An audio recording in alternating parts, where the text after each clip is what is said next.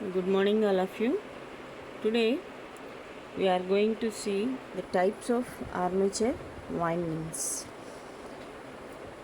So there are two types of windings. One is lap winding, another one is the wave winding. Two types. One is lap winding, another one is the wave winding. So observe the diagram of lap winding.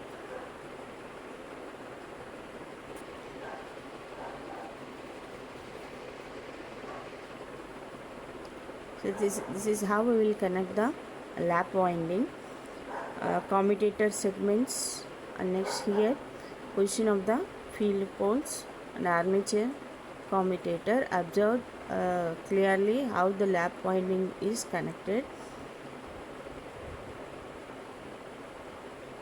In a series of connections we will observe lap winding, north and south poles, and under this commutator segments, position of the field poles, how the position of the field poles changes, armature and commutator connection.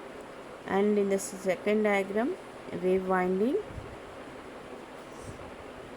just like a simple wave, it follows the connection, the commutator segments,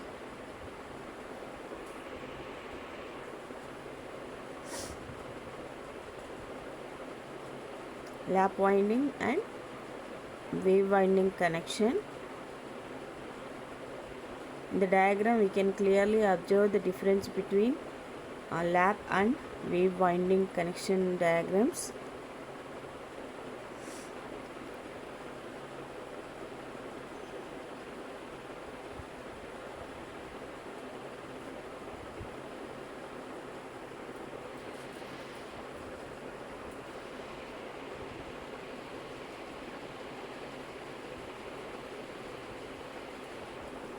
So in the lap winding, the finishing ends of one coil is connected to commutator segment and to the starting end of the adjacent coil situated under the same pole till all the coils have been connected. This winding is known as the lap winding because the side of successive coils overlap each other. In the diagram itself we can easily observe how the lap connection is done. The finishing ends of one coil is connected to the commutator segment and to the starting end of the adjacent coil which is under the same pole, and it continues till all the coils have been connected. So in this case, if connection is started from in slot 1, then connections overlap each other as winding proceeds, that is they will overlap, so that the name lap winding. The winding proceeds till starting point is reached again. That is, if the connection is started from conductor in slot 1, then connection overlap each other as winding proceeds till starting point is reached again. There is overlapping of coils while proceedings. Due to such connection, the total number of conductors get divided into number of parallel paths. So P is equal to number of poles in the machine. Okay. So why we are getting P is equal to in the lap winding, the total number of conductors get divided into P number of parallel paths. A is equal to P in the case of lap winding. The large number of parallel paths indicates high current capacity of machine. So lap winding is pertained for high current rating generators. In the lap winding,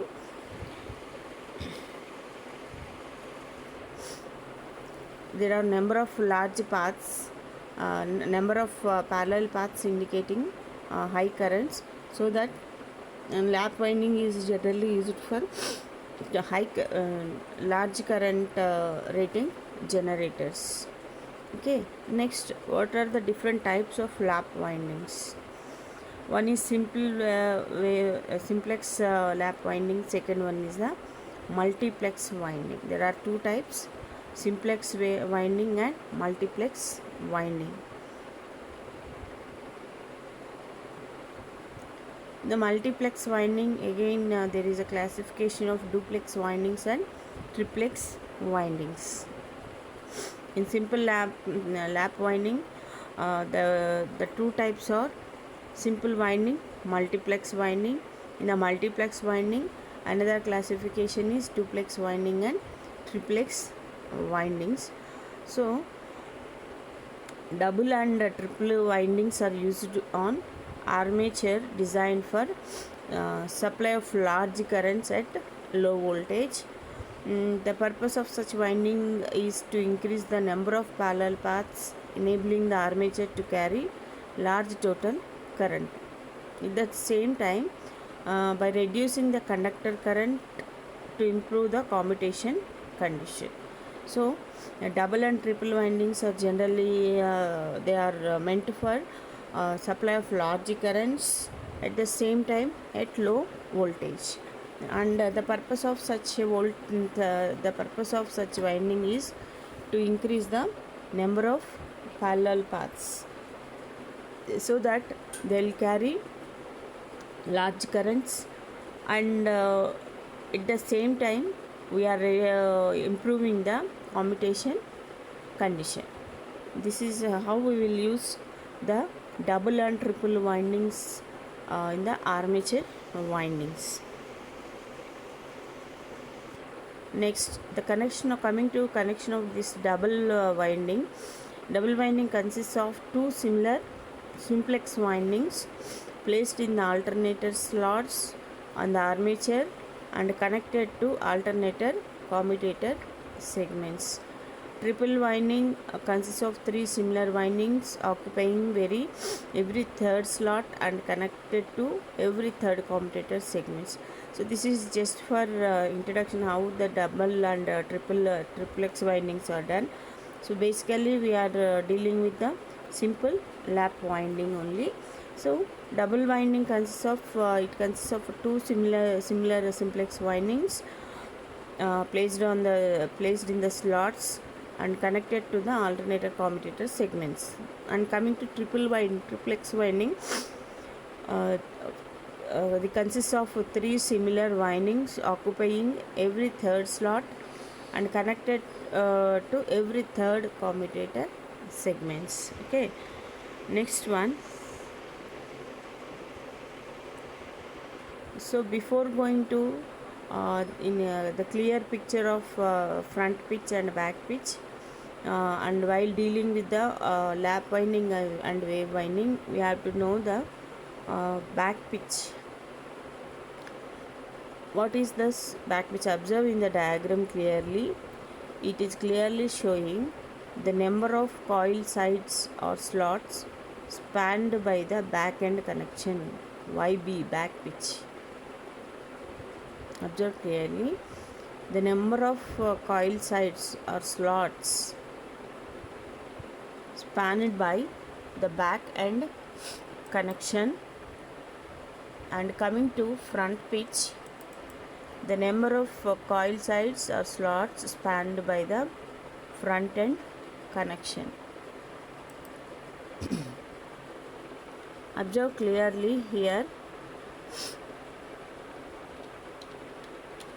what is YB and what is YF.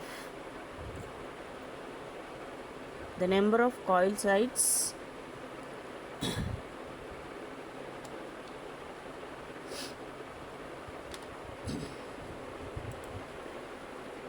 or slots spanned by the front end connections.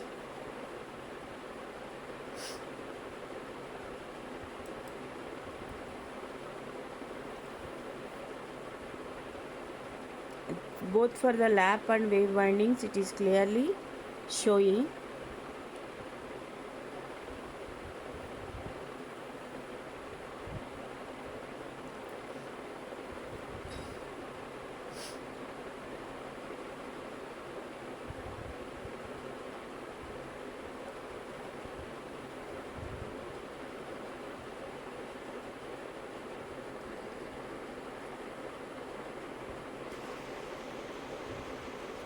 Next, pitch of winding or resultant pitch. It is the distance between the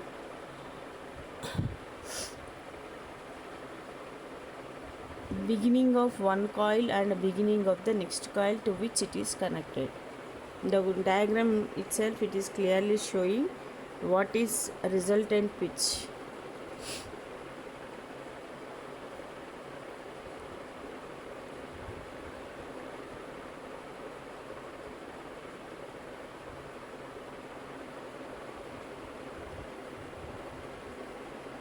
It is the difference between the beginning of one coil and the beginning of the next coil to which it is connected.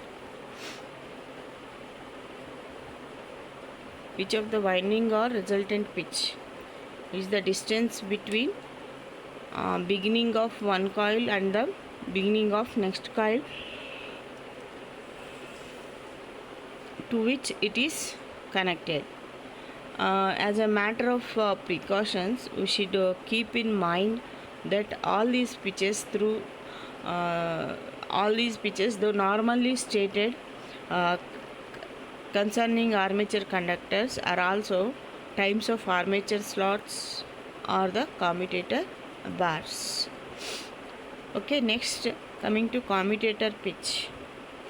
Commutator pitch is defined as the distance between two commutator segments which two ends of same armature coils are connected. And next we measure commutator pitch in terms of commutator bars or segments. Commutator bars are segments. Once again I am repeating this back pitch. A coil advances on the back of the armature. This advancement is measured in terms of the armature conductors and it is called the back pitch. It is equal to number difference of the conductor connected to a given segment of the commutator. That is the number of coil sides or slots spanned by the back end connections. Next one, front pitch. The number of coil sides or slots spanned by the front end connection. The number of armature conductors or elements spanned by a coil on the front side is called the front pitch. Alternative, we can define also the front pitch as the distance between the second conductor of the next coil which connects the front. That is the distance between the second conductor of the next coil which connects the front, that is commutator end of the armature. In other words, we can also say that it is the distance of the conductors connected together at the back end of the armature. We are showing both the front and back pitches for a lap and wave windings in the figure. So front pitch is nothing but the number of armature conductors or elements spanned by a coil on the front is called the front pitch. Otherwise we can call it as the distance between the second conductor of the next coil which connects the front, that is commutator end of the armature. In other words, it is the number difference of the conductors connected together at the back end of the armature. So this is about the front pitch. Next one, resultant pitch. It is the distance between the beginning of the one coil and beginning of the next coil to which it is connected. And next one, commutator pitch. Commutator pitch is defined as the number of commutator segments spanned from one end of the coil to the other end of the same coil. Next one, and again commutator pitch we can define as distance between two commutator segments which two ends of the same armature coil are connected. And we measure commutator pitch in terms of commutator bars or segments.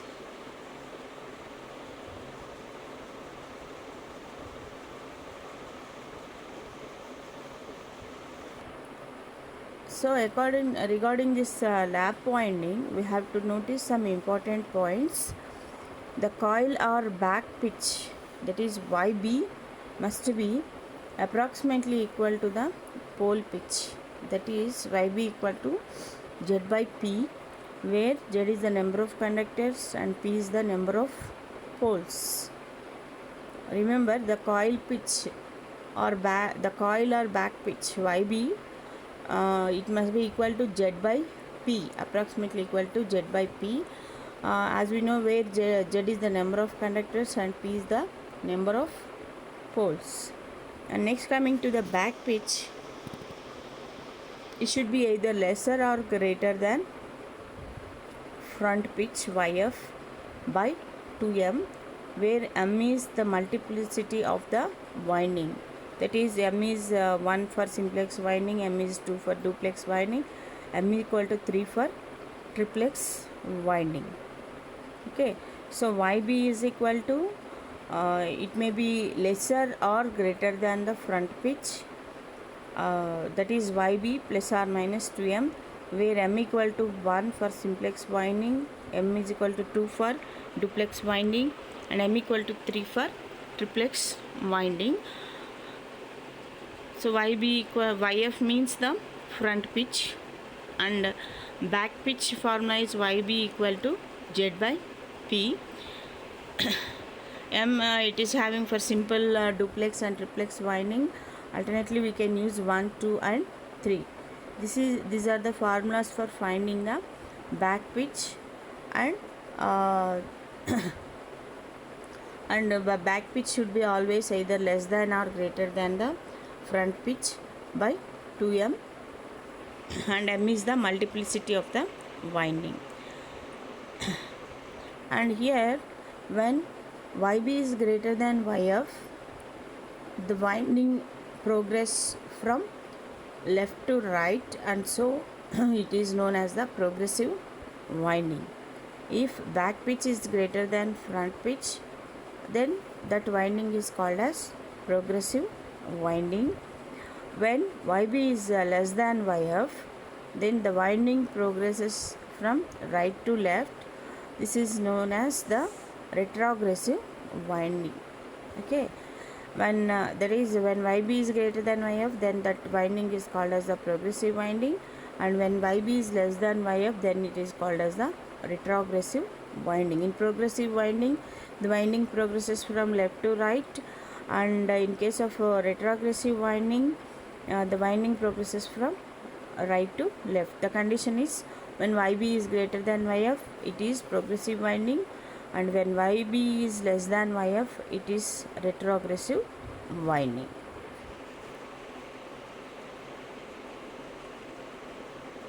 And some more points we have to take care here is the back pitch and front pitch must be odd. The back pitch and front pitch must be odd. And next one, the average pitch is given by Y average equal to YB plus F by 2, and should be equal to the pole pitch Z by P. And next one, the resultant pitch YR is always even. That is, resultant pitch YR equal to 2 for simplex lap winding, 4 for duplex winding, 6 for triplex winding. That is, it should be even number. That is, and one more here is back and front pitch must be in odd only, and the average pitch formula is YB plus, that is back pitch plus front pitch by 2, and it should be equal to the pole pitch, that is Z by P.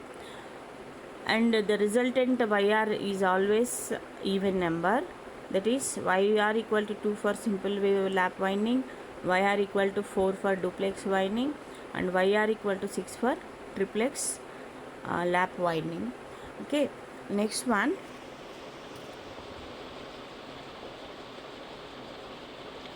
Here we can observe the diagram of 4 pole 8 coil lap winding.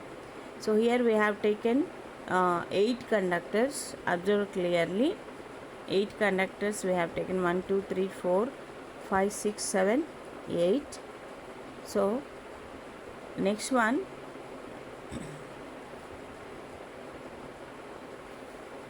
by calculating these back pitch and front pitch, we can get the values.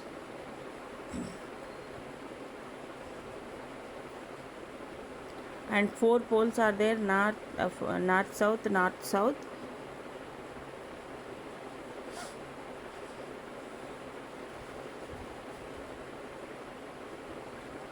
So 1 is connected to here 1 dash, 2 connected to 2 dash, and again from the bottom of 1 dash it is we are getting the connection to 2, and 2 to 2 dash, and next one 2 dash bottom to 3, and 3 to 3 dash, and next this one 3 dash to 4, 4 to 4 dash, and 4 dash bottom to 5. So similar, it continues like that only. Observe clearly the developed diagram of 4 pole 8 coil lap wound DC machine. So here finally the connection comes, the supply, black and red indications.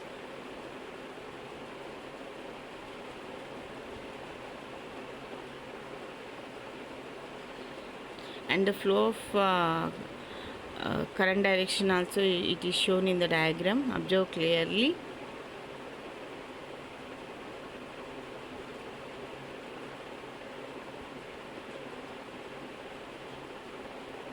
And finally A, B, they are again connected.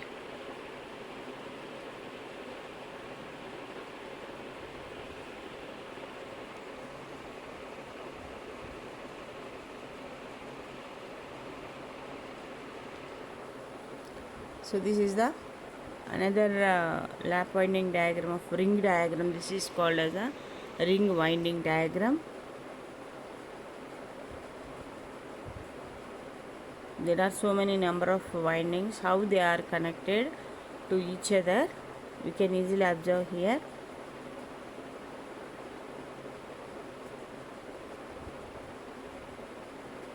In the boxes 1 2 3 4 up to 25 are there. Those are all called the commutator segments.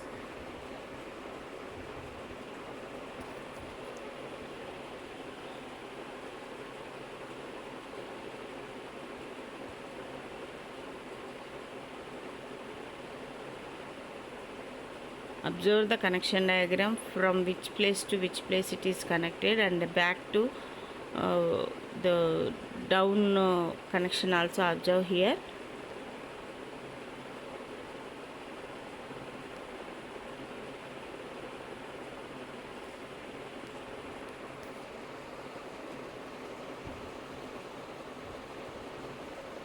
Next, coming to the by observing these diagrams we can get some points here, that is the characteristics of simplex lap winding.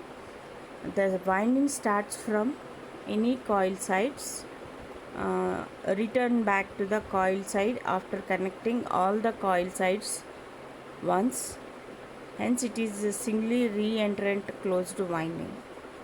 Okay, and back pitch and front pitch of all the coils remain the same and odd number only.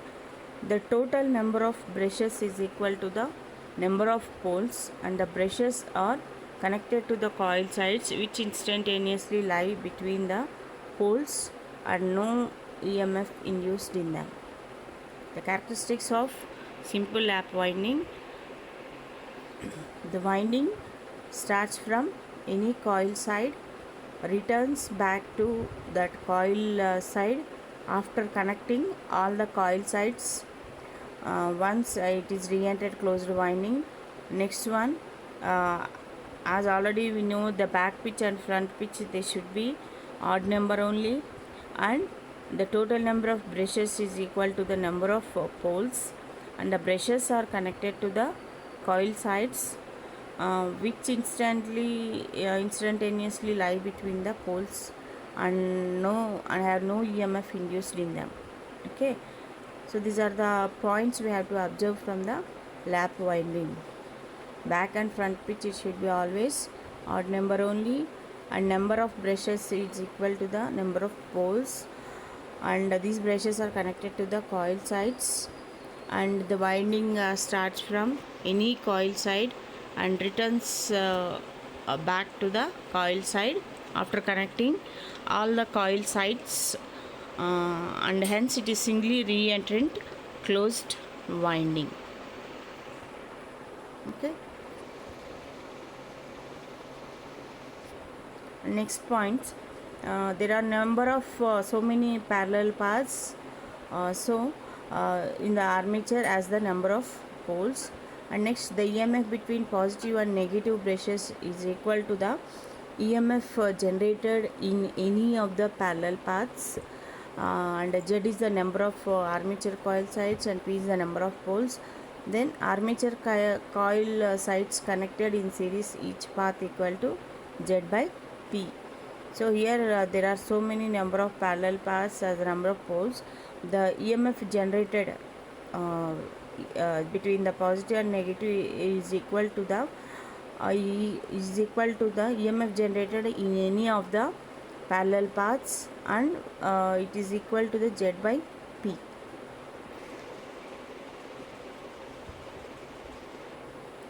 Total generated EMF equal to EMF generated per path, that is average EMF per coil side into Z by P. So this is a formula for the EMF generated per path is equal to average EMF per coil side into Z by P. And next one, round the complete armature winding, the resultant EMF is 0, so that there will be no circulating current around the closed winding. This is one more point we have to remember. Round the complete armature winding, the resultant EMF is 0, so that there will be no circulating current around the closed winding. Next, coming to wave winding, the ends of each armature coil are connected to commutator segments some distance apart, so that only two parallel paths are provided between the positive and negative brushes. Observe the diagram here. The ends of each armature coil are connected to commutator segments some distance apart, so that only two parallel paths are provided between the positive and negative brushes. This diagram shows why the number of parallel paths are only 2 in the wave winding. So in the wave winding, always travels ahead, avoiding this overlapping. It travels like a progressive wave, hence called the wave winding. There is no overlapping here, and both coils starting from slot 1 and slot 2 and are progressive in wave fashion. And due to this type of connection, the number of conductors get divided into two number of parallel paths always. So that is irrespective of the number of poles. Only there are two parallel paths, and as the number of parallel paths is less, it is preferably for low current, high voltage capacity generators. We can adopt this wave winding. So this is the simplex wave winding diagram. Simplex wave winding diagram.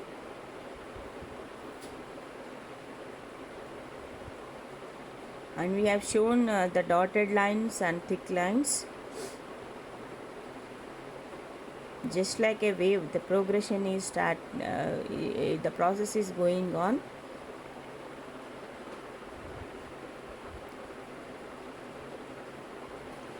Just observe how the wave winding connection diagram.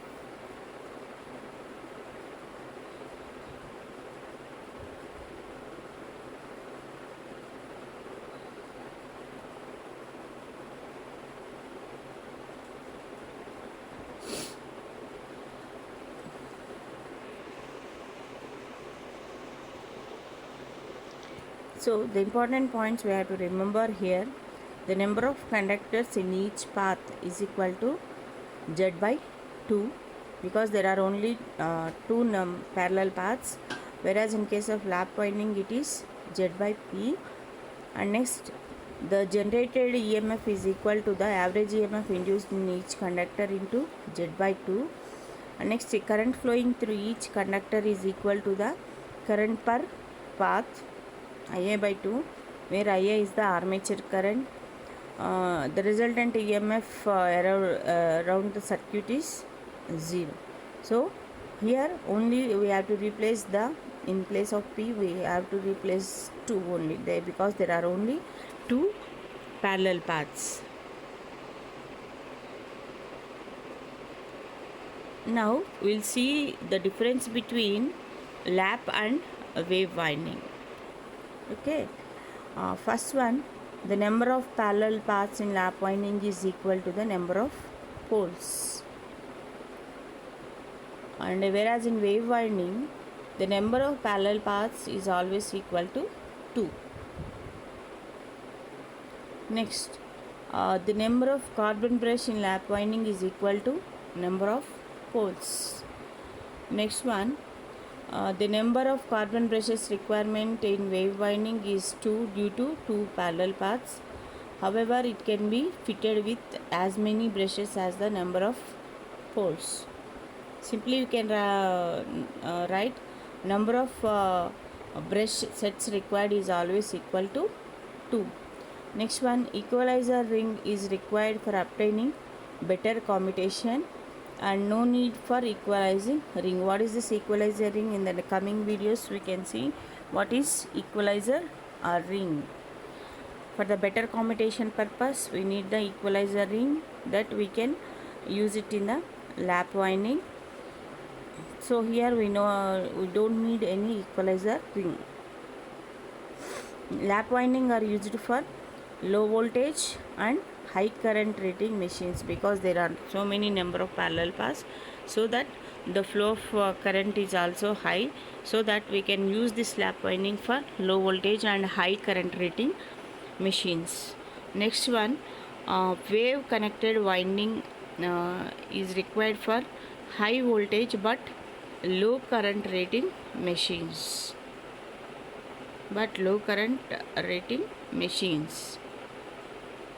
Next one, since the EMF generated in DC machines, we know the formula, where P, N and A are the number of poles, speed in RPS and number of parallel paths. In lap winding, as the number of parallel paths A equal to P, therefore the EMF generated in lap winding is 5Zn. This as we know, the line lap winding, the EMF generated is independent of the number of poles. Okay, in wave winding the number of parallel paths equal to 2, therefore EMF generated equal to 5ZPN by 2. So the EMF generated depends upon the number of poles here. Because of the number of parallel paths only it is deciding whether it is depending upon the different factors or not. Next one, the conductor current in each parallel path is I by A, and the conductor current in each path is I by 2, because depending upon number of parallel paths. If lap coils are traversed, the movement is forward and backward. Alternatively, if wave coils are traversed, the movement is forward only. It is progression only. Next one, the commutator pitch for lap winding is always 1. The commutator pitch for wave winding is almost equal to 2, that is 360 electrical degrees. And next one, it is what is here commutator pitch? It is defined as the distance between two commutator segments which two ends of same armature coil are connected, and we measure commutator pitch in terms of commutator bars or segments. That is the distance between two commutator segments which two ends of same armature coil are connected, and we measure the commutator pitch in terms of commutator bars or segments. And next one, it is more closely due to a requirement of equalizer ring and more carbon brushes. It is comparatively cheap when compared to the lap winding. So this is the difference between the lap and wave windings. In the lap and wave windings, we have seen front pitch, back pitch, resultant pitch, and commutator pitch definitions, and how the lap and wave windings are connected. And next one, we have seen the differences between lap and wave windings also. Now we will see the classification of generators based on excitation. So DC generators are classified as separately excited and self-excited. And in the self-excited DC generators, we have series generator, shunt generator, and compound generator. Note it down: classification of generators based on excitation: separately excited, self-excited. In the next class, we will see what is separately excited DC generators and self-excited DC generators, and how the EMF equations or different expressions for series generator, shunt generator, and compound generators.